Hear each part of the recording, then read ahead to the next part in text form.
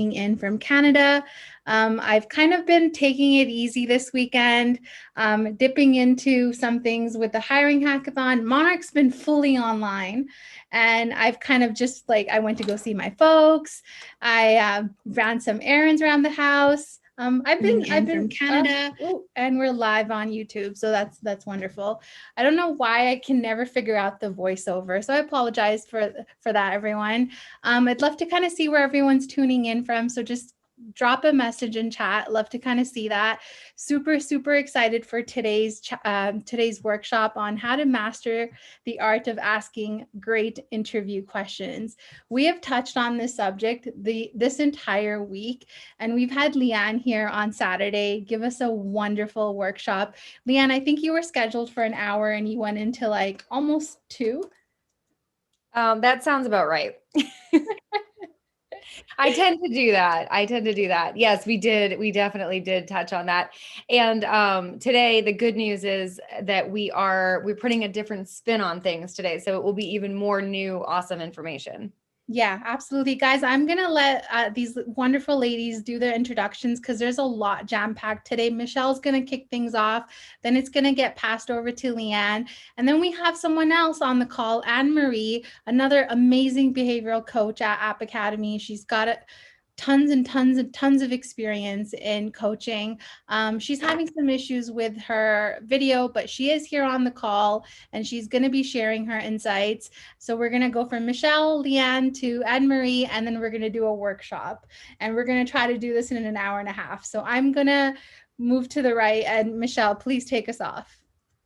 All right, let's go. We can do this. All right, guys. Hope you had a great weekend and your Monday's off to a great start. Excited to be here. As Navi said, my name is Michelle. I'm here with Anne-Marie and Leanne. We are all behavioral career coaches at App Academy, where it is our job to help job seekers every single day show up as their best version of themselves and land, if not their first software engineering job, one of their dream engineering jobs. So we're excited to be here today, share some tips and tricks and learnings to take your job search to the next level. Specifically talking about how to master the art of asking interview questions. So first we'll kick it off with Leanne to introduce herself. Thank you, Michelle. Yes, happy Monday, everybody. Super happy to be here again. If you already met me on Saturday, here I am again. So I'll make this quick.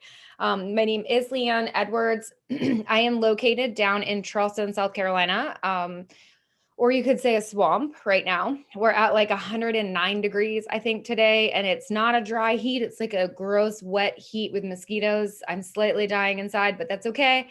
I'm here in the AC and so grateful for the air conditioning right now. I'm originally from Boston. I have about 15 years of technical recruiting experience. So I've been a tech recruiter for a really long time. And I now work with App Academy, and I am a behavioral coach, and I handle a lot of the East Coast job seekers. So thank you guys. Super excited to be here. Awesome, Leanne. Thank you. Jumping into myself. So I am in the real swamp. I'm down in Florida. So the Everglades are just south of me. Born and raised Florida girl. I have lived a couple different places. I actually met Leanne when I lived in Charleston. So we go way back. I am your confidence and motivation cheerleader. My background is in tech. I actually went to University of Florida, go Gators, for information systems. Worked in tech for a couple of years. But then I pursued a completely different career track for wellness and health coaching. So I did everything from personal training, managing juice bars, teaching meditation, all of the things to really figure out what that looked like. And then just about a year ago, I came across App Academy's opportunity to be a behavioral career coach, and I started to blend all of it together. My passion for stress management and mindfulness and really holistic health and looking at a job search from a holistic perspective, as well as my background for tech. So I'm really excited to give you guys a whole new perspective on really how to approach this job search. And Anne-Marie. Hi, perfect timing. I'm now, you can see my face. Wanted to say aloha to everyone. I'm originally from Hawaii. As you can see, that those are the Mokaluas in Kailua. If you're familiar with Kailua, that is not me on the paddleboard. That is me trying to be on the paddleboard. Aloha. So I have over 20 years experience in the adult education space, having worked with adults in managerial communications abroad, as well as helping startups realize their value proposition. I've been coaching for about 5 to 6 years. Really enjoy it. And I guess I'm kind of part of the Leanne Michelle group. We're very outgoing individuals. We really care about individual presentation style and how we set up our days to be fruitful. So looking at how we feel internally and how we project that onto others. So really having a good mindset is going to be really important. And I'm really excited to be here today. Awesome. Thanks, Anne-Marie. You're welcome. All right. So back to focusing on today. So in order to ask better interview questions, it has everything to do with interview psychology.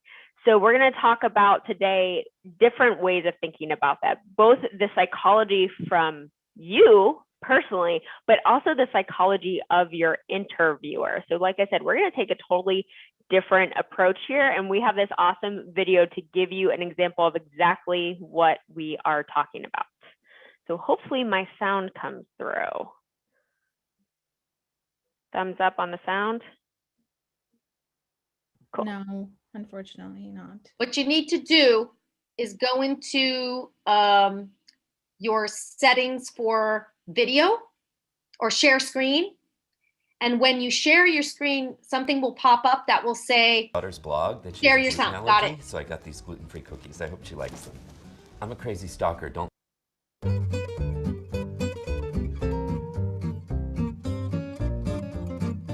Hi, I am really excited to meet you. I saw on your daughter's blog that she has a gluten allergy, so I got these gluten-free cookies. I hope she likes them. I'm a crazy stalker. Don't let me into your life. Oh, I'm sorry. I didn't bring any copies of my resume with me. I actually care so little about this job. I didn't even bother to print something out. Sorry I'm late to traffic. I just don't care about your time. They really didn't know how to take advantage of my skills. I have no skills. My old boss, Tim, do you know him? Oh, I love Tim to death. He didn't really get social media, but gotta love that guy. I'm super passive aggressive, and I'll talk behind your back the first chance I get. My biggest flaw is that I'm a perfectionist. My biggest flaw is that I am an asshole and a liar. Well, I'm not good at public speaking, or delegating, or working in Excel, or interviewing for jobs, obviously. I really don't have any flaws. Yeah, I'm gonna be a lot of fun to manage. Where will I be in 5 years? In your job. Just kidding. I'm not kidding. Watch your ass. I want to invent the next Uber. I'm going to use your office to start my own company. Yeah, and then I'm going to steal all your employees, even Brenda. I mean, honestly, I would just really love to get away from the grind in this business setting. Maybe I'll move to Europe or Africa or Asia or open up an Etsy store, something like that. Yeah, I get high a lot. What kind of medical insurance do you provide? I have cholera and I want you to pay for it. What's your vacation policy like? I can't wait to not be at my new job. Do you think I'll get an office? I want all the things I don't deserve. Sorry, I'm expecting a call. Yeah, so many more things in the world more important than this. Yeah, it's going great. I don't know, I think I got it. I really want this job. I'm the most desperate person you've ever met, and I'm 5 seconds away from grabbing your hand and begging. I'm a team player, and I'm a people person. All I have to offer you are cliches. I'm not really looking right now, but I would consider taking it if the price was right. Yeah, I'm gonna start looking for a job from my desk the second you hire me. Do you know anyone actually?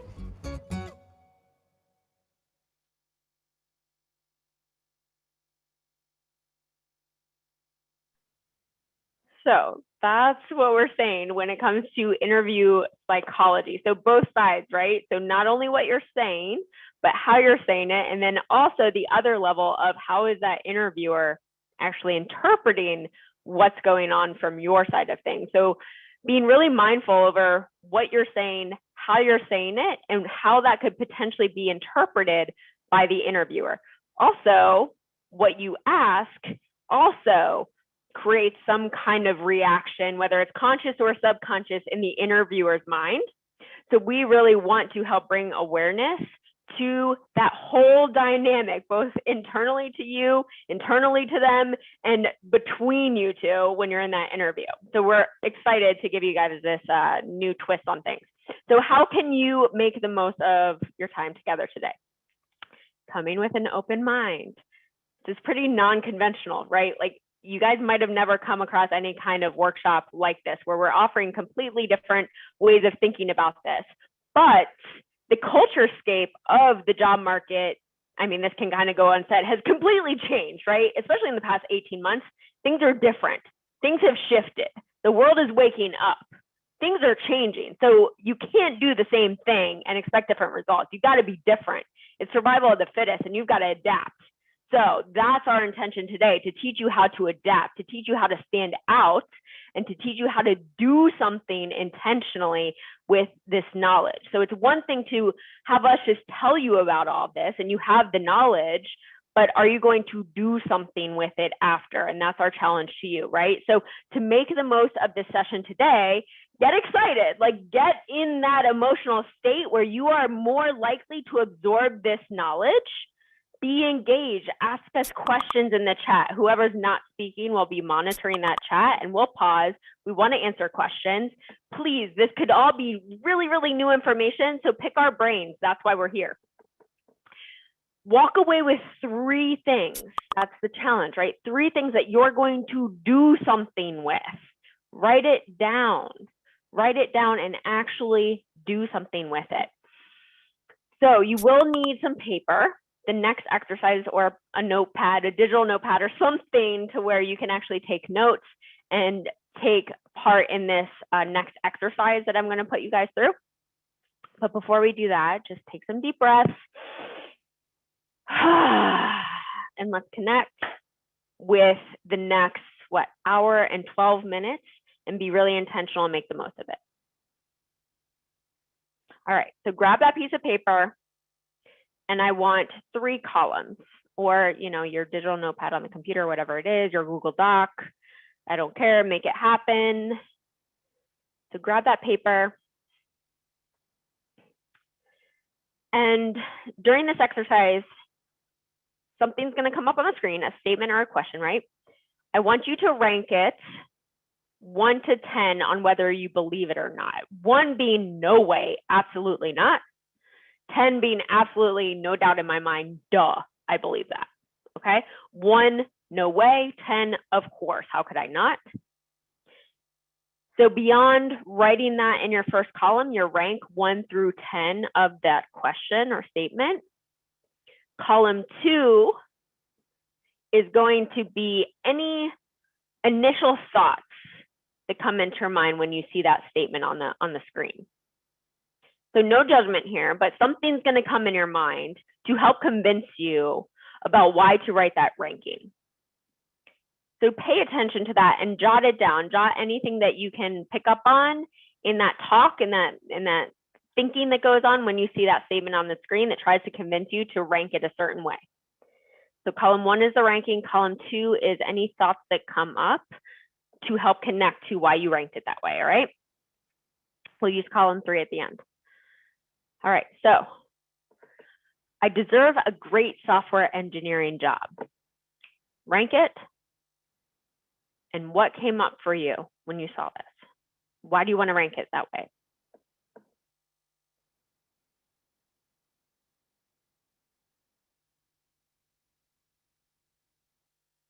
I deserve a great software engineering job.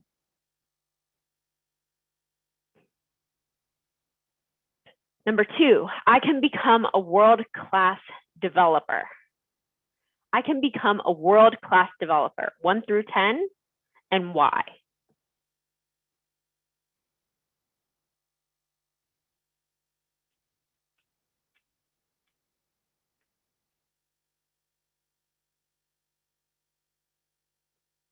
3, I am worthy of earning an incredible salary.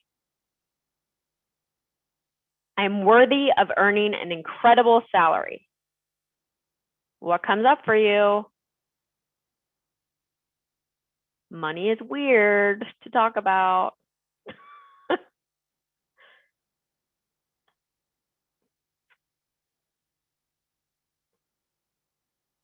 Statement 4, I already am or can become a great networker. I already am or can become a great networker. Rank it and tell me why.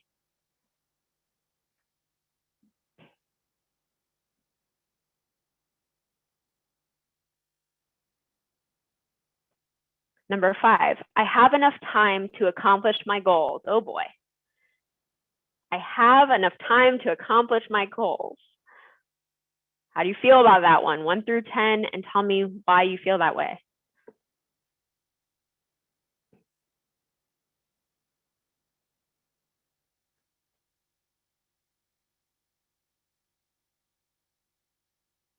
Six, I'm good at holding myself accountable.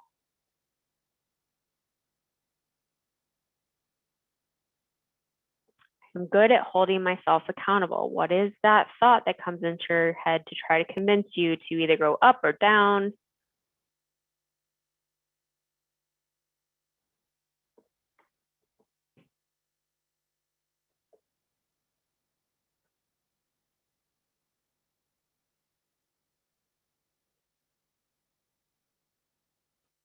Seven, I can overcome obstacles that get in my way.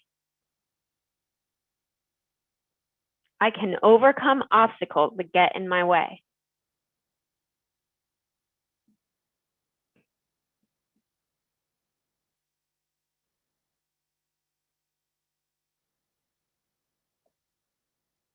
Eight, I bounce back quickly from failures. I bounce back quickly from failures.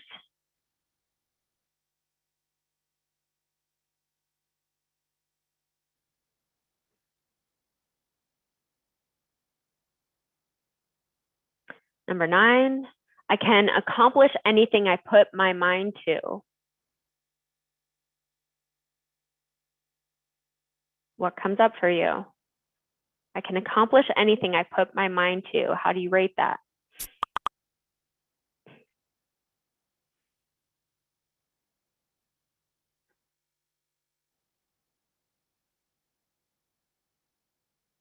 And number 10, last one, I'm destined to get a software engineering job that I love.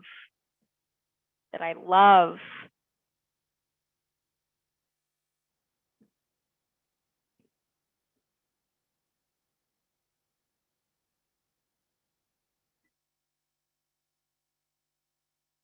Okay, now in that third column, should be empty, that third column, we're now going to write 3 reasons why you can't get, why can't you get a great software engineering job? So why can't you get a great software engineering job?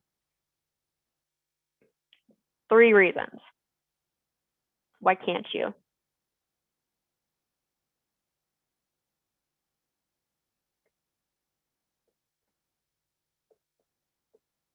What's kept you from doing that up to this point? What's held you back?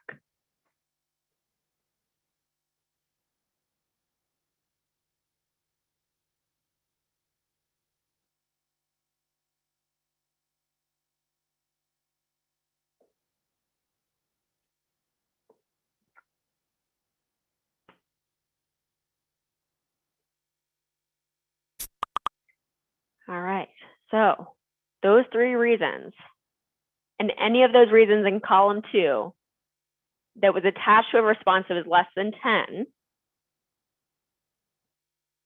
are your limiting beliefs that we get to work to remove. So you can see the power of your focus and the power of your brain. If we give it suggestions to focus on why we can't, we will figure out a reason why we can't. that last part, column 3. I told you reasons why you can't, and your brain figured out reasons why you can't, versus more of a growth mindset. Focusing on what we can do or what we can't do, our brain will figure out ways to make that our reality. A very fixed mindset focuses on limitations, reasons why we can't, reasons why things went wrong, reasons why we're not qualified, reasons why I can't have that salary or that job at that company. All of those reasons is very fixed and limiting, versus an unstoppable mindset is one of growth, where we can focus more on the opportunity. Yes, we've all made mistakes. We all have failures, right? But how do we frame those thoughts and beliefs that we attach to it, whether it's conscious or not, that we can start taking more control and power back, not only in our job search, but in our life, right? So you might not even realize that this is going on. We just spent some 10 minutes, really focusing on bringing awareness to those limits that pop into your head and try to convince you why not, why to rank lower, why to not go for that 10 on every single question. So if you didn't go for 10 on every single question, that's that negative talk in your head trying to convince you on why you don't deserve the best of the best, that you get to work towards every day, reframing, rewiring, and refocusing towards what it is that is in your control, that you do have, the skills that you do have, the experience that you do have, and all the learnings that you have, the culmination of all the learnings throughout your life that have created who you are today and what you do have to offer in those interviews, right? So the psychology of it is both you, right? The beliefs that you have, the thoughts that you have, the feelings, the emotions that are elicited as a result of this chemical reaction of having these thoughts, that also happens to the interviewer. So when they're asked certain questions, they have a very similar response due to their biases, their experiences, their wiring, their programming in their brain. So what we get to do is figure out how to be more intentional with the questions that we ask. So we shift our focus.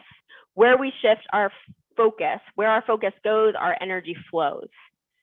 Tony Robbins quoted that, but also you can think of it as where your attention goes, your energy flows, just like we said.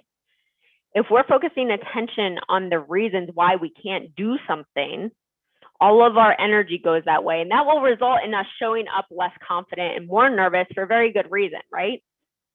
We're focused on all of our limitations. Of course, you're going to be nervous when you show up for an interview. Of course, you're going to feel like you're lacking power because your brain is focusing on what's missing and what you don't have, versus being really intentional on shifting your focus towards the positive. Okay, questions on that whole section, because it can be really deep, but the whole purpose is to bring awareness into every day as you guys are looking at these jobs, applying to these jobs, prepping for these interviews, capturing those thoughts that you might not otherwise be aware of that are popping up during those prep times that might be subconsciously limiting you and keeping you stuck because of beliefs that we can rewire.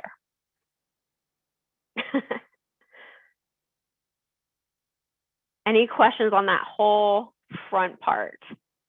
So that's really our psychology and getting better a hold of our response to things, how we approach our thoughts and beliefs that are keeping us stuck, so that when we do get that interview, we can show up more powerfully from our side of things. That's just the first part of it. This is all of the stuff that we're dealing with in terms of failures and mistakes, and really shifting and reframing to show up more powerfully.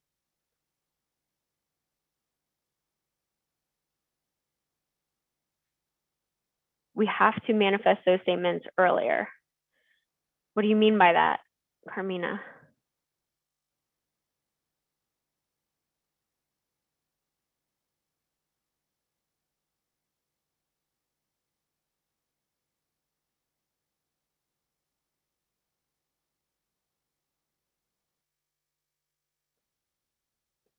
So I'm not sure what exactly. Yes. So if there was anything, any of those reasons that were less than 10, looking at how you can reframe it and rewrite it to get it closer to a 10, right? And the trick here is not to feel like you're lying to yourself and just doing these arbitrary, like, positive affirmations. No, like, what would feel more true to you? Carmina, I think you had a really great example with the first one, where you said you were a 10 because you're working hard for it. Yeah, that's exactly it. So not reframing these in a way where it feels like, I'm going to get a 250K job next week. Like, that feels like a lie. It might not feel true to you. So reframing those limits, those thoughts that came up for you in a way that feels more true. So if anyone has an example that they want to work through, happy to do that.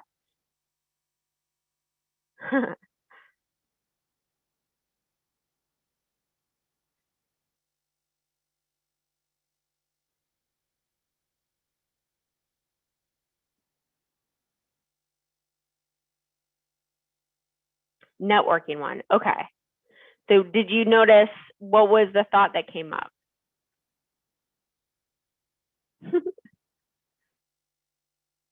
Related to, okay, what was the phrase? Do you mind sharing?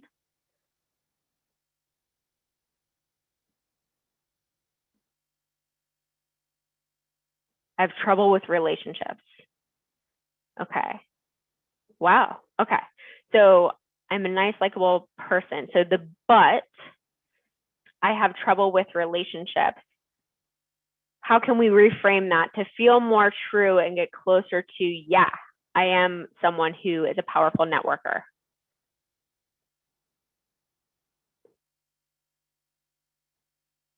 So you believe you're a nice, likable person, right? The thing that's blocking you is the trouble with relationships. Yep. What do you mean by trouble?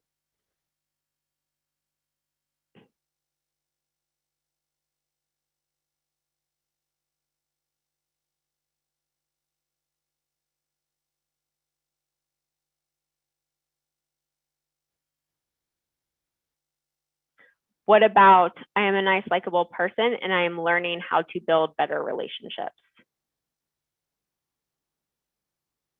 You're learning how to build better, right? So what works with some people might not work with other people, but you're learning what works in different situations. So if you're open to learning, that feels a little more true. You're in process of learning how to connect with people better. Shy at reaching out. Yeah. Out of practice. Yep. So I'm practicing reaching out and building better connections and relationships, right? So it doesn't have to be super specific, but you can think of a way that feels more true, right? You are learning right now. Being here, you're learning how to build better relationships because you're learning more about yourself. And maybe that's the route you take with that one, is like, but I'm learning more about myself so that I can connect with people in a better way. Okay. We can go into a whole session on just reframing, but I'm going to hand it off to Leanne for the next section. Awesome. Thank you, Michelle. Can you hear me okay? Awesome. I don't know what it is. I don't know if it's because we've worked together for so long, but every time you present, I still get goosebumps. I really do. So thank you for that. You are amazing and always so inspiring. So trying to shake that off in a good way. Michelle always brings good energy. I feel like I just did like 40 jumping jacks and I did 0. I'm actually sitting for this presentation for the first time in a while. but yeah, so that was amazing, Michelle. Thank you so much. So let's kick it over. I'm not going to spend too much time talking because I really want you guys to hear what Michelle had to say and have Michelle answer questions, and then hear what Anne-Marie has to say and have her answer questions as well, since you had me on Saturday. So I will be quick, but today I really wanted to just dive a little bit deeper into the psychology of being the interviewer, right? So I am the interviewer. I have at least 15 years, maybe 20, I don't know, years of it interviewing people, and mostly technical, right? So look at me as the bad guy, right? I am the interviewer, the person who you are putting here on the chat that, is intimidating or threatening, or, overall gives you, just a stomach full of nerves, right? And I am here to tell you that what Anne-Marie said is so right. I mean, if you could see me before a call, and Michelle has seen this in action, where I'm usually on my third Dunkin' Donuts iced coffee with a laptop in hand, running to get into the shower because I just went to the gym, trying to feed the dogs. Like, as a recruiter, I show up to my job, my previous job as a technical recruiter, the way that I should. But in my real life scenario, if you were to follow me around, I am a hot mess, just like the rest of us, right? So I am just like any other technical recruiter out there. We all have our own lives. We are all vulnerable. We all have all the different things that nobody sees, right? So keep that in mind when we're working through the psychology of this, because like Michelle said, the world is woke, right? Things have changed, and interviewing in 2021 has changed so drastically. And one of the things that I think is really important that we bring up today is, if you're thinking back to pre-pandemic, right? We were all kind of just living our lives, doing what we do, kind of floating through sometimes, maybe being intentional here or there. And I'm going to speak for myself and the circle in which I surround myself with, because I've had this conversation many of times now, is that my take on things post pandemic is so drastically different, and I didn't see it coming. And what I mean by that is, I am so hyper aware of how I spend my time and who I spend my time with. And I don't know if you guys are feeling that too, but I have had this conversation with a lot of people where things just look differently. And a lot of times I won't do things I don't want to do anymore. I won't hang out with people I don't want to hang out with anymore. And it's okay. I feel okay. In fact, I feel free, right? And that's how I want you to go into this interview psychology portion, is looking at it like this is your time that you're investing too, right? When you're doing a coding challenge or doing a phone interview or doing an on-site, your time is extremely valuable, and you need to honor that. And most people just think, well, I just graduated a boot camp. I've got 20 years in a different industry. I just need to be a complete doormat, right? Whatever job I get is whatever job I get. No, that's not the case, right? You went through something here at App Academy, what our students go through that most people couldn't get through, right? You may have gone through your own boot camp. You may have undergrad in computer science. Whatever it is, you have put the work in order to be here. So your time is valuable. And if you're not honoring that right now, I need you to stop, take a deep breath, and write that down. Whatever's going to remind you to honor the value of your time, that is going to be really important for this presentation. So the game has changed, the interview process has changed, and you are able to be in the driver's seat, right? If you look at the economy right now, especially in the United States, I'm not sure how things are going for you guys right now, Navi, but for us, there are more jobs than there are qualified people, right? We are upside down with jobs right now. And you, as a job seeker, if you're out in the market right now as a software engineer, you're coming in to a space where they need you more than you need them, right? And some of you might not feel like that right now, but I promise you that is happening. Michelle and Anne-Marie and I can all vouch for how many jobs are coming in. It's at neck-breaking speed, right? I know the jobs are out there. I see what people are, what they're taking for jobs. They're turning offers down. Like it's a war zone out there, but a good war zone. And you have the capability of being in the driver's seat. And if you can get your mind in the driver's seat, then the rest of it will take care of itself through confidence. Michelle, you can go to the next slide. Okay. So I want to ask you guys right now, just to brainstorm, since you're already kind of writing things down, and I would love for a couple of you guys to share in the chat. What are some questions that you are currently asking when you're in an interview? It could be anything that comes to your mind.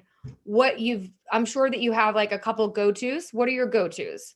Put them in the chat for me, or feel free to speak up.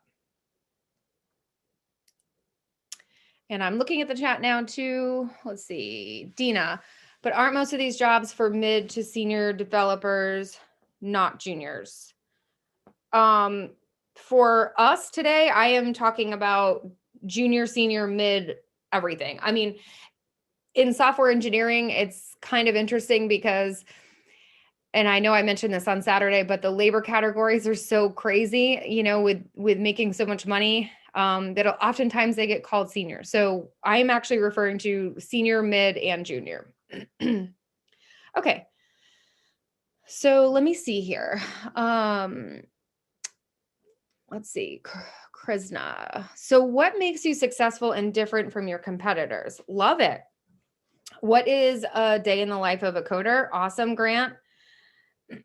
What is the minimum requirement that you are looking for? We can work on that one, Jonathan. Walk me through a typical pull request. David, I like it. What makes someone successful in this position? That's great. What has been your journey with specific company? Exactly. And what are the deliverables you expect me to do during the first 6 months? Where do you and the team, Jennifer, that's cheating. No, I'm just kidding. Great job, guys. Thank you guys for playing along. All of you are asking great questions. When I prep people, a lot of times I will get different questions that are focused more on the interviewee rather than the interviewer. And Michelle, you can go to the next slide if you want. Okay. So we are going to go through a couple steps here, just to kind of highlight high level of where we're at, right? So, so why are you here? Step one, right? Before you are starting to interview, and I'll get back to your interview questions. I'll make sure I go through those with you, but I'll give you the good ones, the ones that need some work, and then Anne-Marie's going to give you some awesome examples. But the first thing you need to do before getting on an interview, like Michelle said, right? You've got to get your mindset right. If it were me, I would be doing a couple jumping jacks to get my adrenaline pumping and my blood moving. Maybe even take a selfie and, send it to your coach or to a colleague and say, hey, is this outfit, is it looking good? Is it appropriate? How's my background, right? Getting yourself ready. And then more importantly, for every single job that you interview for, you want to ask yourself, why are you here? Is this interview a good use of your time, right? So think about the company. And a lot of times I have people say, well, I'm not interested in, for example, let's say fintech, right? I don't want to get into fintech. That's not what I want to do. And our advice and my advice and guidance is take the interview, right?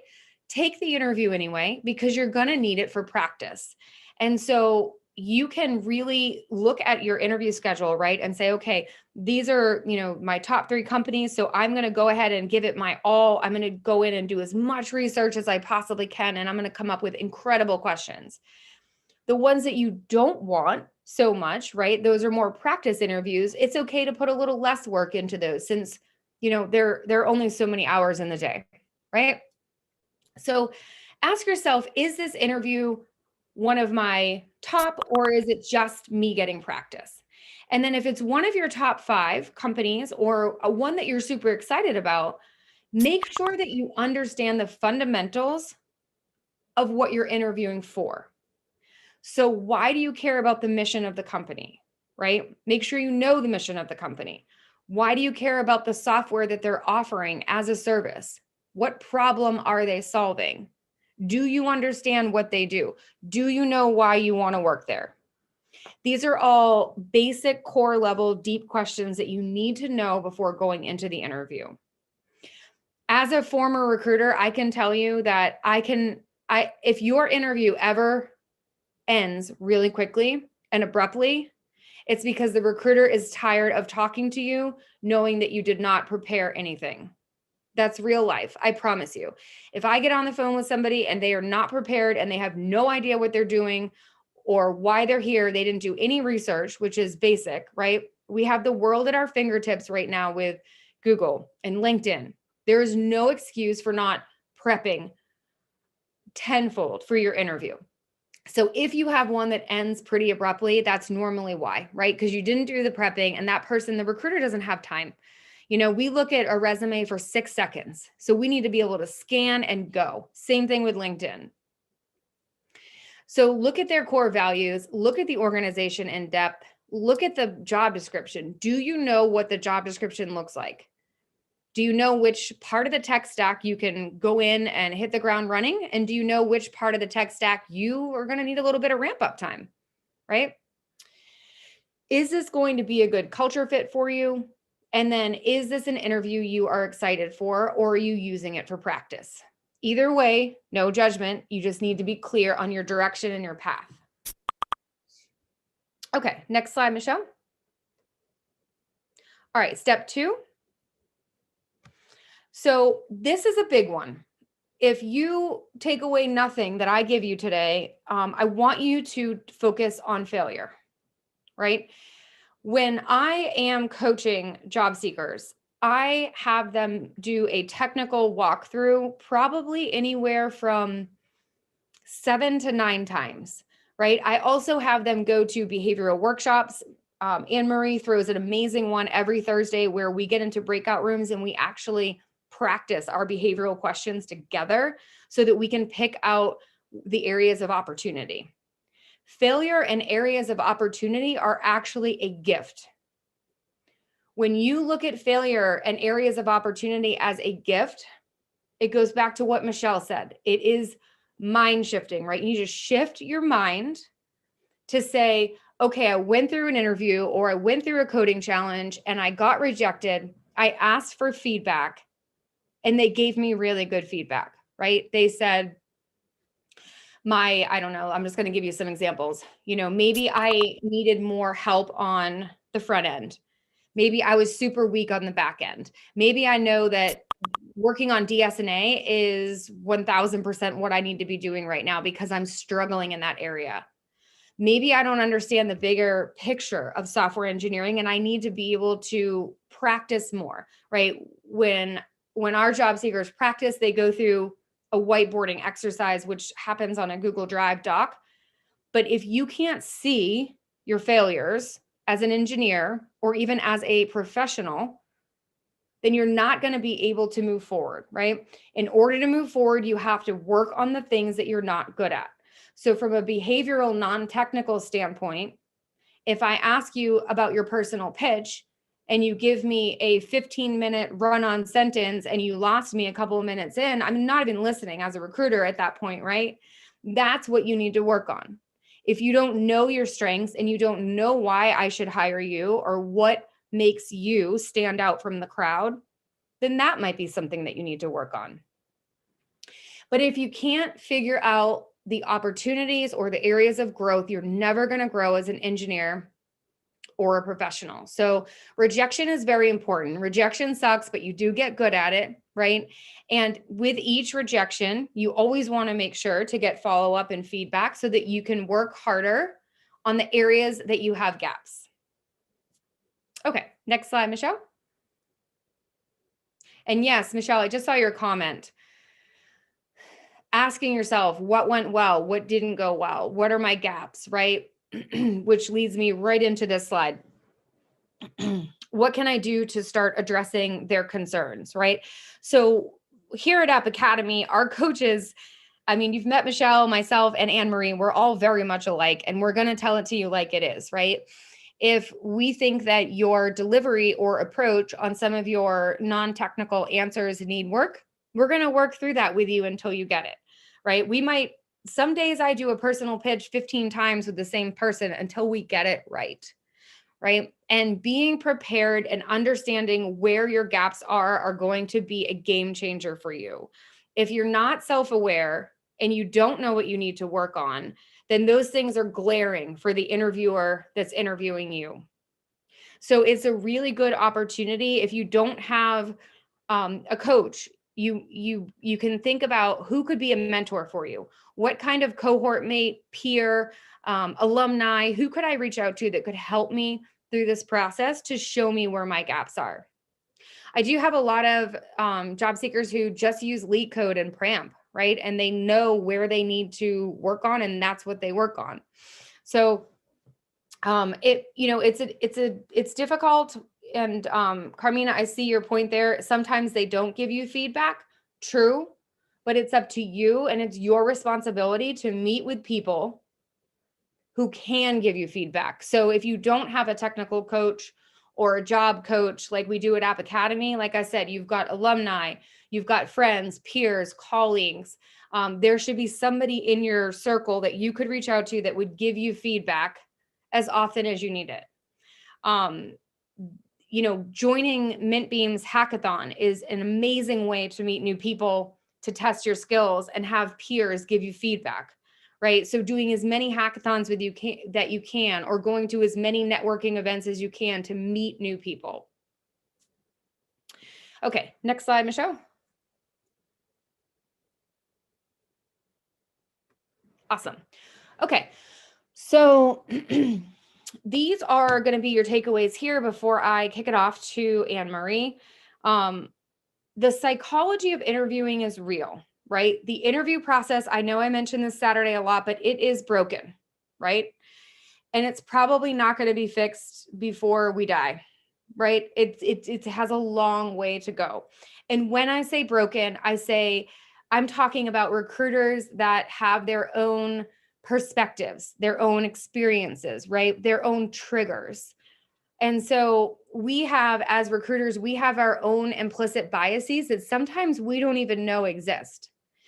And so when you are in an interview, as the interviewer, I'm constantly looking for red flags. Mostly those red flags don't even exist, but they could exist if you allow them to exist, right? And so that is why we need to ask questions that are thoughtful questions, ask concrete questions, but really drive the interview and own the interview, right? This is a two-way street. This is no longer, an interview process where people can just throw questions at you and you have to answer them. If that interview is happening to you, that kind of interview, then that's because you're allowing that to happen. You're allowing that by not showing up and doing the preparation and writing down awesome questions, doing your research, and going into that interview with the attitude of, you need to sell me on this interview, right? You need to sell me on this company. Why do I want to work for this company? Why is X company a good fit for me? Right? So it's got to be a two-way street. And if you don't believe that for yourself, then I'm not going to believe it either as your recruiter. But the way in which you get the recruiter to be like, oh man, I need to lock this person in now. And I can actually give you an awesome real life example. Last week, I was interview prepping somebody, and it was their first interview ever. And the guy came back, he was coming from a medical background. He had a really awesome background, but he wanted to be a software engineer. We prepped. I must have prepped him for about an hour. He gave me all the questions that he had. He had done all the research. All of his questions were in check. I signed off on all of them. We felt really good going in. He went into the interview, and after 15 minutes of getting through the hiring manager, HR person, they said, hey, can you hold on a second? I want to grab the CTO really quick just to have a quick chat with you, because that's how awesome he is as a candidate. CTO came in. They ended up talking for another hour, completely impromptu, right? Because he came in driving that interview. He chatted me on Slack a couple hours later and was like, hey, they just called me and made me an offer. Like, is that shady? Is that weird? Like, that's never happened before. And my response was, it does sound kind of shady. Let me do some research really quick on the company. Let me go in and do some, like we say, like recruiter stalking research. And I did. I went in and I'm like, no, they have 2,000 people. They're a public company. Like I can see, I went to Crunchbase. I did all the research on them and I was like, they're legit. I bet you honestly just did that awesome of a job, because I've done that before as a recruiter where I'm like, hold on, let me pull in, this is back before COVID days. I'm like, let me pull in so-and-so, let me pull in so-and-so so I can get their buy-in and we can snag you really fast. Because if I don't, someone else is going to get you. Right. And so he showed up in that interview with this aura of, I have other opportunities waiting in the wings. Whether you do or you don't, doesn't matter. You don't need to lie. You don't need to be dishonest. You don't need to falsify anything. You need to come in with a confidence and an aura that you have other options, because guess what? You do have other options. It's 2021. We just made it through a crazy political nightmare, right? We made it through a pandemic. Things have changed.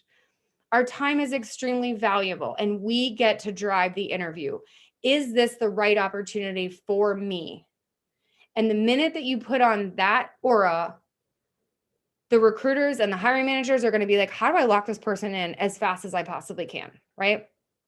So it really does work. I promise you, as a recruiter myself, if someone came into the interview and they are on their game, asking me the right questions and making me feel like I need them, right? I have to have them on my team.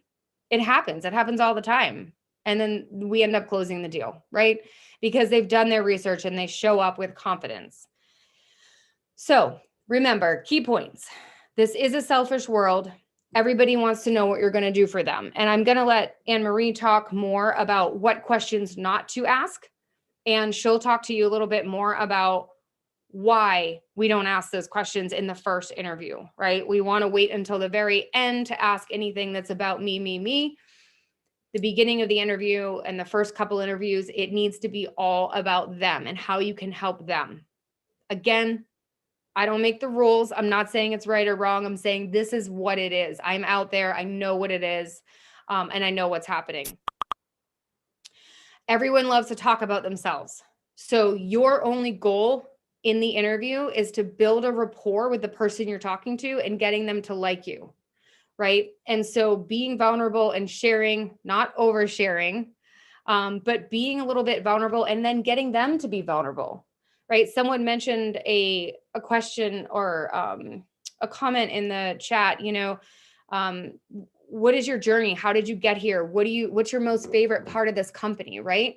And when you let people start talking about themselves, which everyone loves to do, that gives you a minute to breathe, takes the pressure off, and then you're building a relationship with them because now they're telling you their journey and how they got here. So asking questions that will lead to action, right? So I mentioned this on Saturday. I do feel like it's worth mentioning one more time. When you're interviewing with a CTO or a software engineer or somebody that's in the code every single day, a great question is, where do you see someone with my skill set adding value right away? And where do you need the most help? Again, everyone wants to hear how you're going to help them. But psychologically, this question, right? If you were to ask me this question, I would say, let me think about that for a minute. Man, I guess I would probably, in my own brain, right? I'm now shifting you as a candidate over here to the next interview phase because I am now thinking, okay, what team do I need this person? I need them on team A, working on these features, working underneath this software engineer, working inside of probably this sprint. So now I've put you on a team, right? I have you reporting to somebody and I already have a backlog that you're working on just in my brain. I'm not even sharing that information with you, but you asked me where you could help me out the most, where I could see you adding value the most. And you allowed me psychologically to shift that whole action in my brain. So now I'm pushing you forward into the interview process subconsciously. I don't even know that I'm doing it as a hiring manager. All we were doing is conversing. And all I was thinking about was my needs, right? And where I needed you most. So the interviewer is human with his or her own flaws. I can't stress this enough. We're all a hot mess behind the scenes. I mean that with every ounce of hot mess I have. It is true. So it's all about what you bring to the table and the aura that you are bringing to the table. I promise you, if I'm interviewing you and you bring an air of confidence and, just letting me know that, that I'm lucky to be here too, right? Like we're both lucky to be sharing this conversation together. This doesn't just happen. We don't waste time anymore like we did pre-pandemic. There is no wasting time, right? If I'm interviewing for a job and I'm not interested in that job, well, there better be some benefit for me, right? I better be practicing something. So time is not wasted. Time is so valuable, and you need to get them to sell you on the organization. And that will happen by crafting really good questions and driving the interview, right? So when they say to you, let's see, let me just pick someone. So Katie, tell me a little bit about your background. Instead of saying, my name's Katie and blah, blah, blah, you can say, thank you so much. Thank you for being here today. I really appreciate your time and your energy. I would love to tell you about myself. And then you jump into who Katie is, right? So we're adding in those little transition sentences in order to make it more conversational and to build more of a trust and build more rapport. So do not create red flags that do not exist, right? And we talked a little bit about this on Saturday. It's on YouTube. If you were not there, you can rewatch it. But it's really important to not create any red flags. And what I mean by that is, again, we all have our own biases and we all have our own life perspectives and exposures that we've lived through, right? And so even as an interviewer, I can admit to you that I have my own implicit biases sometimes when I don't even know that I have them. So one of my most favorite parts about coaching is when I can coach somebody to keep things just even keel, right? And not create red flags. So for example, when we are coaching you on, that god-awful question that everybody asks, tell me about a time you dealt with conflict. What was the conflict and how did you work through it? Everybody asks that question. It's from like 1980. I'm not even sure why we're still asking that question, but we are, right? And we're looking for red flags, and we want you to say things like, let me just think back to today's answers. Today I'm impatient. The other day we had volatile. I am aggressive. I am bossy pants, right? And these things are fine they're fine if they're real life, right? But there's a way for us to craft them more tactfully so that they don't come out like a red flag, right? Because what if, as a recruiter, and my poor husband, I'm going to throw him under the bus, even though this is not true. He's like the most patient, laid back software engineer you'll ever meet. But what if he was impatient, right? What if my parents were really impatient with me? What if I had a previous boss that was super impatient or aggressive? And you throw that word out and it immediately like stops me in my tracks. And I'm like, ooh, no. I don't want anyone aggressive on this team or in this company or anybody that is impatient. Not happening, right? Had I dug a little bit deeper, I would have been able to figure out that maybe that person was saying that he's really impatient about learning new information and being the best engineer he could possibly be. And he can't get his hands on enough. As Grant said it earlier, just a sponge, right? Just looking to soak everything up. But when he said the word impatient, it made me freeze because I have my own implicit biases as a human. I'm still a human. Now I've rejected him, right? Because I'm like, I don't like that word. We're not having him. I don't want him on the team. Nope. Again, I don't make the rules. I'm just telling you how it works out there. It's not fair. It's not right, but neither is this world, right? It's the world we live in. So we have to find a better way to phrase that, right? By using positive words like passionate and excited. I get so excited and passionate about what I'm solving that sometimes I have to reel it in and slow down and take a deep breath and attack things more strategically and deliberately.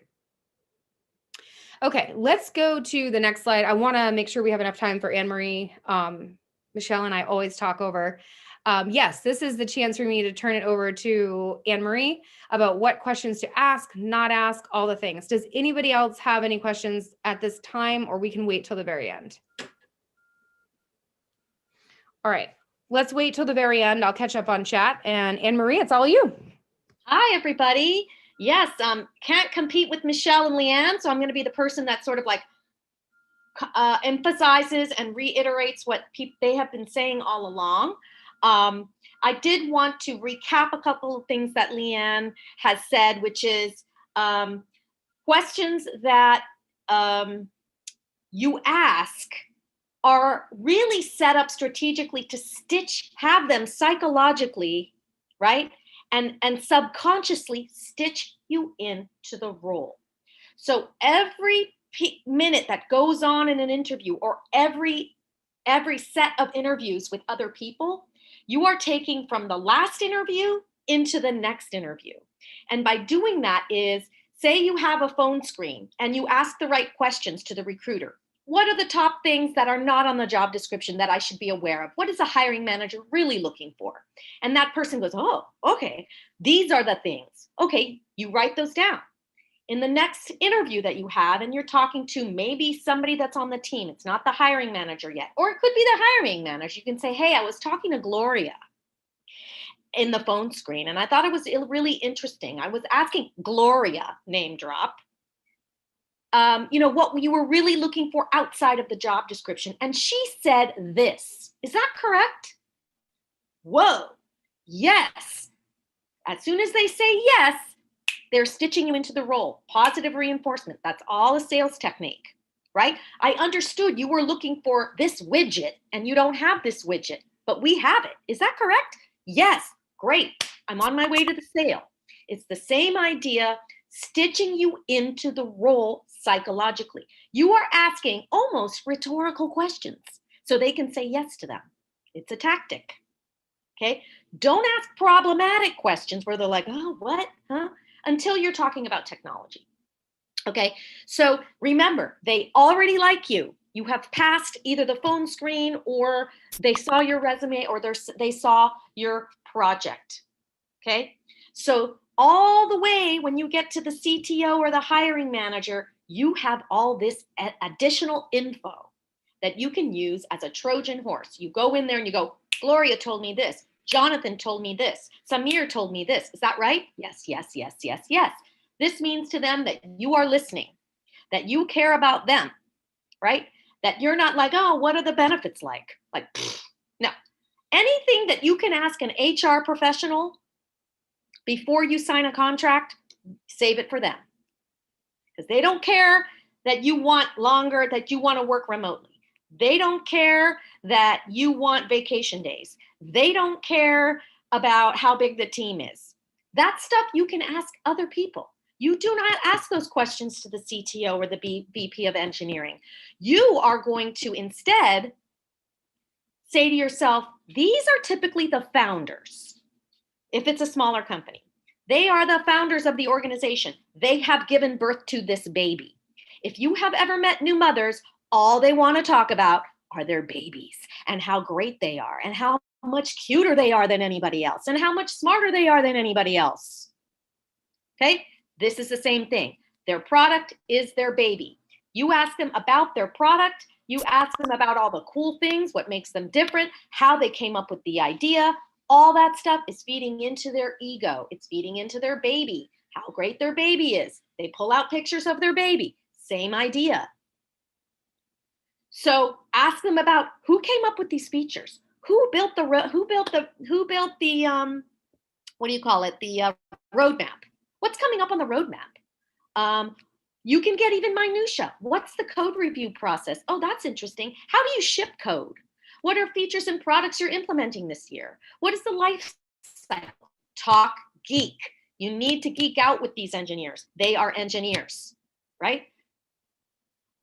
So all of these questions that you see listed here are all important. I would just take a screenshot of this. But I want you to also take a step back and be like, no, I'm not going to parrot Leanne and Anne-Marie and Michelle. If you cannot find something interesting that gets you excited about their product or them and their background, you are not being authentic. What this means is do your research. If you are not researching the company for at least an hour and a half, minimum, reading the blogs, going to Crunchbase, stalking the CTO, the other founders. What did they exit from another thing? Did they have another startup? Talk to them about that. Have those questions available. Oh, I see you had another startup and you exited. Why did you decide to exit? Why did you decide to sell it to them? What is it that made you interested?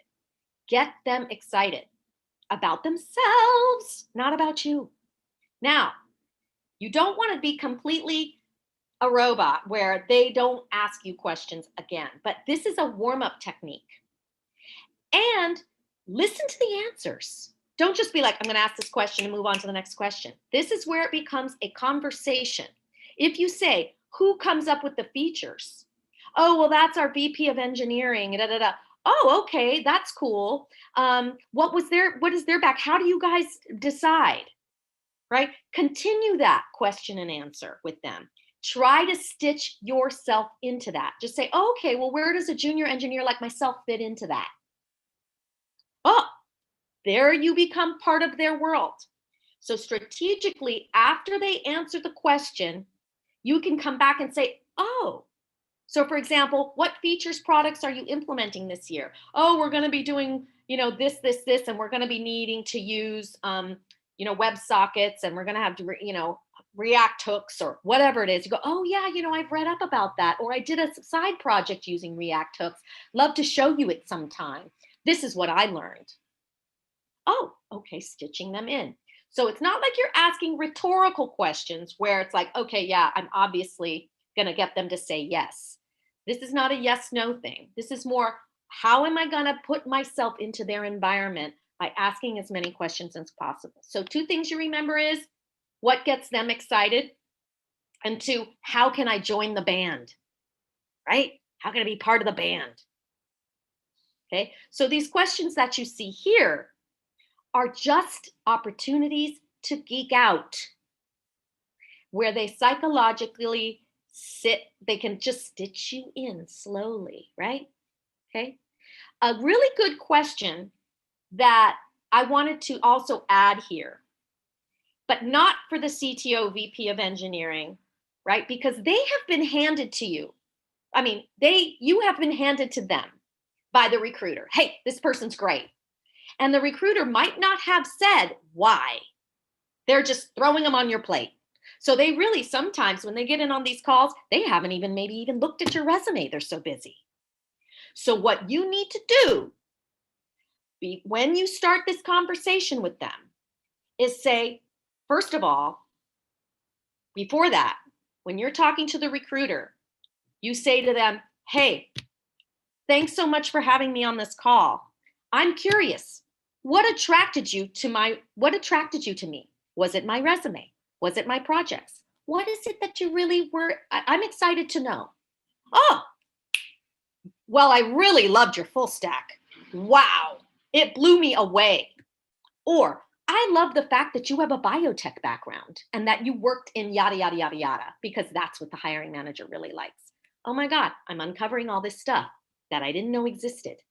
Once you have that pearl of wisdom or that pearl of information, bam, you're going to go back to this question with the CTO and the VP of engineering, and you're going to say, hey, I'm really excited because I don't know if Rebecca told you, but I had asked her what attracted her to me.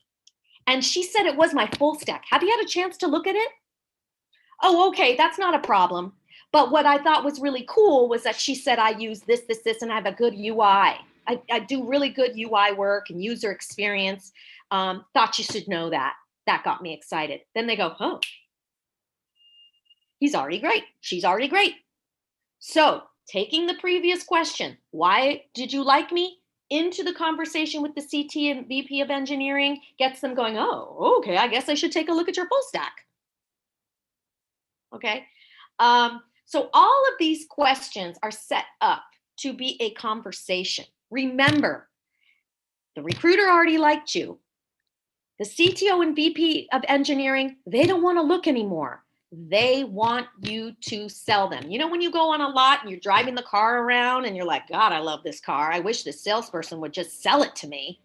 And I don't want to have any more questions. I just want to be sold. Sell me, sell me, sell me. I'm too lazy, right? It's not like they're lazy. They're just got a lot on their plate. They want to know this is the right person. I don't need to move forward anymore. And the only way you're going to do that is by getting into their brain.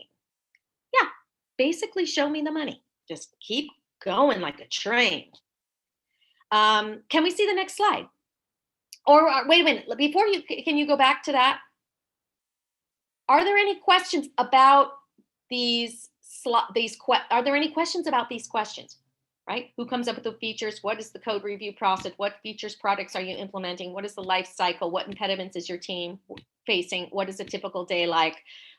I don't know about that one. I'm a little iffy on that one just because it's so generic.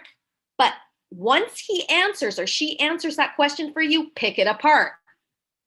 If they say that's the typical day, oh, okay, well, usually I did it this way. Yeah, I'm familiar with Agile, Scrum, and stand-ups. Yeah. You want to seed that data that they're giving you. Seed that data. What makes a successful engineer? Yes. What are some wins you recently celebrated as a team? Yes. Let's see, how can I be part of the band? What instrument am I gonna play? Okay, next slide. Okay. Questions for hiring manager, recruiter, human resources. Yes, we talked about that. All of those questions that are about lifestyle at the company, save it for HR, right? So it could be questions like benefits, questions like typical workday, what are the hours? Typical question about, will I have to relocate? Okay, but you can also ask them personal questions to get in their head, which is a generic question. Why are you still there? I see you've been there for 5 years. Or I see you currently changed companies. What made you excited about working here? These are more generic questions used for the recruiter and human resources. Hiring manager, I'm going to go more towards what we would ask the CTO and what we would ask the VP. Geeking out, because they are engineers.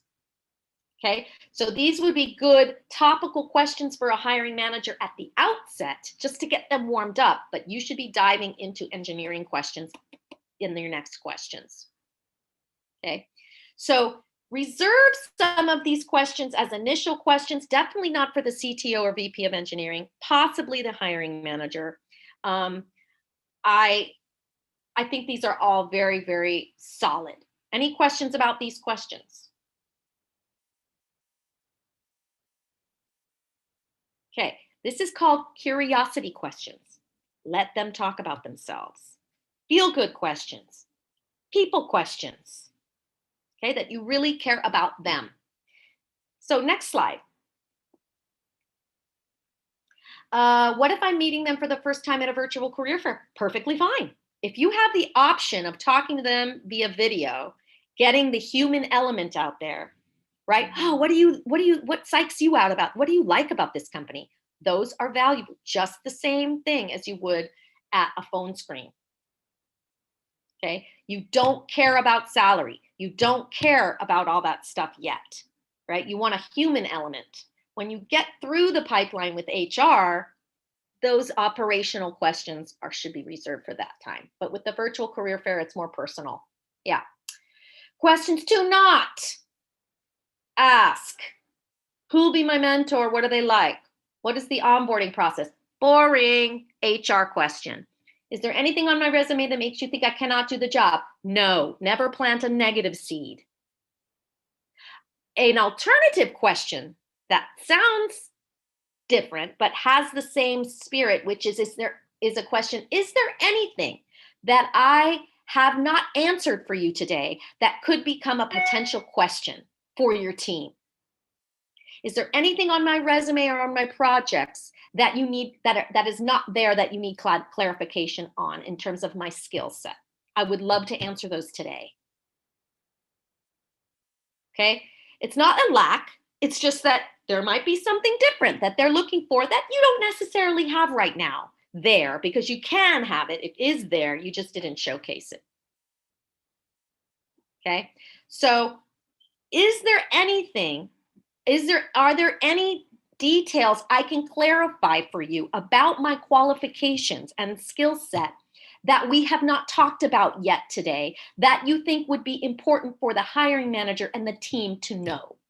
I want to make sure I'm answering all of your questions today, because what's going to happen is they're all going to get together and be like, oh, I don't know if this person's like willing to travel.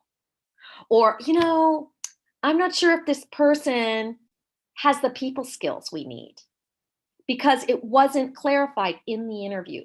These are all these little seeds of doubt that are going to grow. So ask them right now. And that's what a sales tactic. Are there any needs that you have that we have not addressed today that I need to know about? Who is the decision maker who's going to pay for this product? Oh, what does that person think? So you could also pick about the hiring manager. What is it that they're actually looking for? What is the employee stipend? Boo.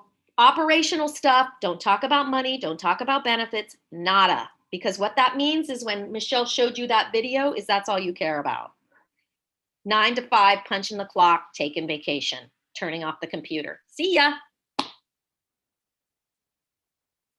Tuition reimbursement, same idea. That's an HR question. Unless the hiring manager brings it up, oh, we have great benefits, we have personal development. Oh, really? Oh, okay. Is that sort of a tuition reimbursement kind of thing? That's interesting. But it's not urgent. You would take the job anyway. Despite, okay, if there's no vacation, you can say no, but that's at the end. Make them make the offer first. How to better answer this question? Tell me about your projects. How do you break them down? You better know your projects inside and out and be ready to share your screen and code snippets. That's all I can tell you. Practice going through your projects from the beginning to end, and not like how a user would use it, but how an engineer would look at it. Open the hood. How'd you build it? What are the top 3 challenges you had on that project? How did you resolve them? And what was the biggest takeaway? As a learner, as an engineer moving forward in their career, what was the biggest takeaway? Michelle, you said, what are they looking for based on the job description? Yeah. So is there anything outside of the job description I should be aware of? I don't know Java or Python. Who will teach me? Not. Glasses always half full, not half empty. Never talk about what you don't know. Do I get to work from home? Nope. Do never ask these questions. Never. Not important. Because you know what? When you get to the offer and they tell you all this stuff and you're like, that's not convenient. That's their problem for not having asked you. They could ask you, hey, how do you feel about working from home? That's when they're going to figure out if you're the right fit. Let them ask those questions. Next slide.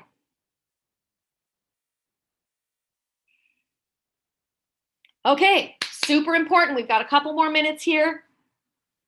How to ask closing interview questions. What I had said before, which is there anything that I didn't answer for you today that you believe needs clarification by the team? I'd love to answer those now. That is a great question. Bring that into these final questions. Okay. What are the next step in the process? I'd love to make it through the next step. What do I need to do to get to the next step that I haven't answered today? Boom, this person wants to go to the next step. They're already there. Right? Anything else you need from me? Clarify that specifically. Okay. Is it helpful if I email you over my references? Yes. Ask that question like, oh, I'm going to get this job. And there was one, I remember my sister, she was a pharmaceutical rep, and she, that was used to be 15 years ago, 10 years ago, really, really competitive. And one of them, they said, "Oh, why should we hire you above everybody else?" And she said, "Because I want it more." And she got the job. Pretty bold, right? So it's okay to be bold with your questions, right? So far I feel like this position really fits me, and I can provide a lot of value in these ways. Is there anything? Is there anything that I need to do to seal the deal with you? What do I need to do? It's okay to ask that because you want it more. But you got to find a situation where and you have to be comfortable with that boldness to ask that question, because you know what? Nobody else is going to ask it. Okay, next slide. Workshop time. I think that was going to be alternative. Does anybody have any questions for me or any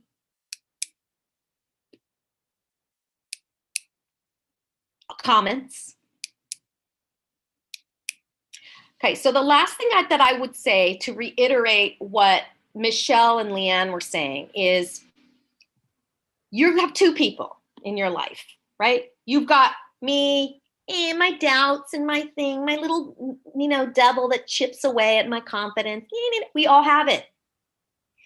When you are in an interview, it's the superhero you. Fake it till you make it. There is a superhero inside of you. It's there. Right? I hate to say it, but look at who became the leader of our country with no experience, but confidence. No experience in leading a country, but confidence got him in that seat. Okay? However we feel about it, confidence got him there. 80% of an interview is confidence. So put the superhero hat on. Don't fake it. You are this person. You're on this person with Red Bull, right? Or on a good day. It's a good day. Okay, best foot forward. Remember you in grade school when you had to take your grade school, like your photo shoot? And you're like, right? You're going to a photo shoot. Do your hair, do your makeup, right? That's the idea here. I'm going to take the best picture I've ever taken for my driver's license. I'm ready. And that's it. Aloha. Oh my God, guys, that was so good. Like, honestly, like Michelle, you started, wait, am I unmute myself? Can you guys hear me? Okay. I feel like, Michelle, when you started the session, I was like, how is this going to get better? And then Leanne took it over, and it was so good. And then Anne-Marie just like knocked it out of the park. This was so good. How are you guys on time? I feel like there are a lot of questions. Can you spend maybe 10 more minutes with us with just taking some questions? Are you okay with that? Okay, perfect. All right, guys, I really want to make sure that we get to everyone. So I am gonna put myself on mute, but I want you guys to just jump in and ask questions, either unmute yourself or just drop them in the chat, and let's try to, because there's a lot. I made about two to three pages on notes, and I do this like all the time, but I think the information that you guys shared was so powerful, and lots of different frameworks for asking really great questions. So let's turn this over to our devs, and yeah, please ask these phenomenal ladies anything that you guys would like to know.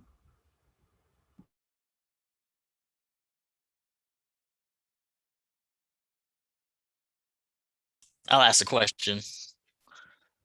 All right. So, what if the initial interview is with the CTO or VP of engineering? Would it be safe to geek out or focus on asking HR questions? Can I answer that? Okay, so you're basically going in to a phone screen and it's the CTO? Maybe not a CTO, maybe just someone who's a hiring manager, not HR. Yeah, Who's an engineer? Who's an engineer? Okay, sometimes the smaller companies, they get like the lead engineer on the phone, boom, right? Okay. They're going to ask you technical questions. So first of all, be ready for that. The questions that you ask should be geeking out questions. Get into the technology with them. You have to mirror them. Don't change the subject on them. If they want to talk geek out with them. Have some good questions about the technology, what they do on a daily basis, what the team looks like, right? What's the biggest challenge? You want to go right into that. Okay. Don't worry about all the other stuff. Oh, do we work from home? No, just get into the technology. Yeah, geek out. Yeah. I would also add any C-level executive, think big picture strategy. Like they're at the top of the company, so they want to talk like, where's the company going? Where have we been? Like roadmap, what's next, right? So they're the strategic thinkers. Yes, they're going to geek out with you as well, but those are the people that you really can get a good sense of big picture. Where's the company going? Where are the opportunities? Yeah. And especially if they're the founder, remember it's their baby. So check and see, did they invent this thing? And if they did, just ask one question. They're going to go to town on you. They're going to be like, oh, yeah, whoa. Good question. Can we have you on speed dial, Anne Marie, before the interview? I don't drink caffeine, and the guy at the bar gave me caffeine. That's all I needed to tell you. He didn't give me decaf. Stay on camera or off camera during the interview. Grant, stay on camera or off camera during the interview. Had the last few keep their cameras off, and it's weird to be looking at myself. Ask them. Just say, hey, I see you're off camera. Would you like me to do the same? And they'll just tell you. And then too bad. You know what you could do is go to their LinkedIn and have their picture up so you can at least know what they look like. When are we asking a lot of these questions throughout or at the end when they give us time? For example, if it's a 30-minute interview. Well, remember, you want them to do the majority of the talking because they like to hear themselves talk. But you, again, yes, you want to be driving, but like there's two pilots in the airplane. One of them's going to be driving, flying, and the other's going to be flying too when they hand it off to you. So when they're giving you that opportunity, you need to fly the plane by asking the right questions. So don't just have the questions for the sake of having the questions. You also have to know how to have a conversation and when those questions are going to be important to them, and have transitions. You can't just ask them some question out of the blue that fell out of the sky that has nothing to do with what they just talked about.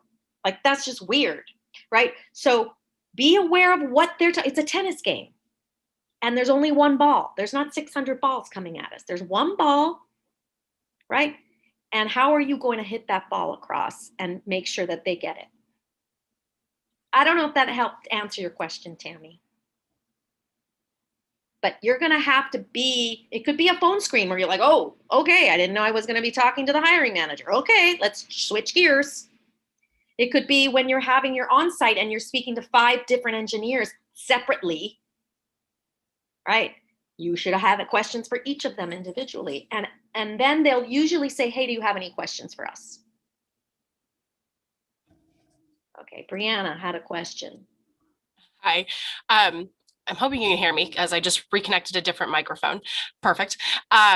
I was hoping you could maybe expound upon the closing questions that you started. You stated, is it helpful if I email over my references? Is there anything else I can give you about my qualifications? Do you have more examples of similar questions to try and hammer them down or give you a better feedback? From a sales perspective, it's just called the closing question, where you throw it at them and they have to tell you no, or they have to push you on to the next, basically. I'll quickly answer that and then let Leanne and Michelle say. It doesn't have to be a question. It could be, wow, I really see in these areas that I can provide value. What are your thoughts? How do you think I fare thus far? Ask them the right questions, like, do you like me? I think it's okay, because people won't ask that. Just say, hey, so far I think I'm a really good fit in these areas. What are your thoughts? Then they have to say stuff that's good about you. Then they could also, if they were vicious, say, I really don't think you have, I'm really looking for somebody with 2 years of experience and you don't have that. Great, let me address that for you right now. I may not have the 2 years of experience you're looking for, but I have 3 years as a product manager, and I've worked on teams, and I was a bartender. I have great customer service. And I see that's what you're looking for in the job description. Am I right? Yes. Okay. See you at the next phase. Leanne, Michelle. Yeah, I can jump in. Great job, Anne Marie. You're so fun. I love your energy. Yeah, so you're right on all of those. Doesn't have to be a question. It can just be a closing. One of the questions that came up Saturday was that people are feeling awkward at the end of Zoom meetings because it's like, when do you say goodbye? Right? Like, oh, bye, no, bye. Like, have a great day. Who hits the end button first? Right? Like, it's awkward. It's weird. But it's our new life, right? And we can still find gratitude in all things Zoom. So I would say, like Anne Marie said, you can ask the questions that no one's going to ask.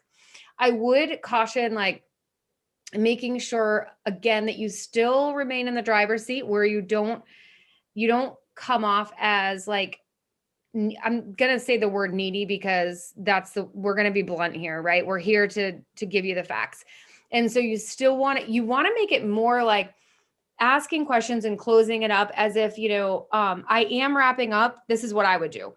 I am wrapping up a few interviews right now this week. I am in the final stages.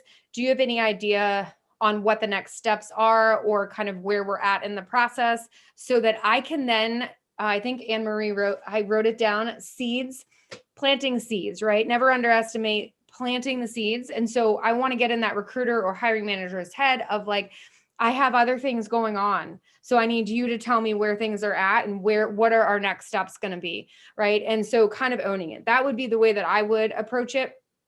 I don't know, Michelle, do you have any thoughts? I always love the next steps as the last question, because obviously it helps put you at ease on like what to expect, but also, like you said, planting the seeds on having them already think about where to send you next. I'll take it a step further. We kind of said this before, but say, for example, you are really passionate about UI. You could say, I would love a deeper demo for this part of the product, because I'm really passionate about how you design that, and I would love to see that. Who would be the best person to get that demo from? And then again, you're planting the seed on, oh, I know they want a demo, they're passionate about UI, I'll set them up with so-and-so in the next step. So you can actually, again, plant another seed, so they're already thinking about, okay, who is the best person for them to talk to about this as well. I put sort of like an overconfident thing, right? Which for some people can get away with it if they're not arrogant about it. Like, hey, I want to make things as convenient for you as possible. Meaning you're in the driver's seat, right? I want to make you happy. I got a lot of stuff going on, right? So I want to make things as convenient for you as possible. I've got many things in the pipeline. I don't want to overlook you or this position. It's really important to me. What can we do to expedite this process, or what does the timeline look like? So urgency. I'm important, you're important, let's go. Fake it till you make it. Love it. Love it. Guys, this is one of the reasons why App Academy is one of probably the best boot camps out there. As you can see from the career coaches here, they're phenomenal. And this is what their entire faculty looks like. So it's just, just when you think that like, this is the best member that you've met from their team, you meet another member and like, they're always outperforming each other, which is like the best. I just love your team so much, guys. And thank you so much for your time. This was such a powerful workshop. Really, really, really appreciate the time that you spent with Mint Bean. I think that asking the right questions in an interview changes the relationship that you have with the interviewer, and it changes the dynamics of how that person thinks about you. You obviously don't want to be cocky. You don't want to, go in there that like, okay, well, you're going to have to sell me. No, this is not, it's a conversation, right? And out of this whole thing, I think that's what we need to learn, that the interview is a conversation, and you are as much in control as they are. So use these techniques, these powerful questions. We had a question actually earlier. Would you guys feel comfortable sharing the PowerPoint or maybe a list of the questions that were shared? Yeah, I can drop the PowerPoint here now if that's easiest. Yeah, I can drop it in the event. Oh, Event that as works. well. Yeah, feel free to share away. Absolutely. Okay. And feel free to add us all on LinkedIn as well if you guys haven't yet. We would love to connect. 100%. LinkedIn is your best tool, guys. Recruiters live there, right? It was built for recruiters.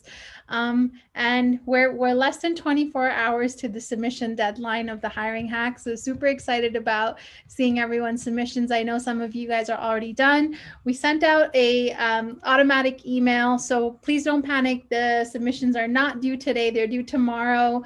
We're going to be sending out the submission instructions later tonight, so you guys can get that out. Again, thank you everyone for your time, and yeah, and I'm gonna stop the awkward Zoom call. So, all right, see you guys later.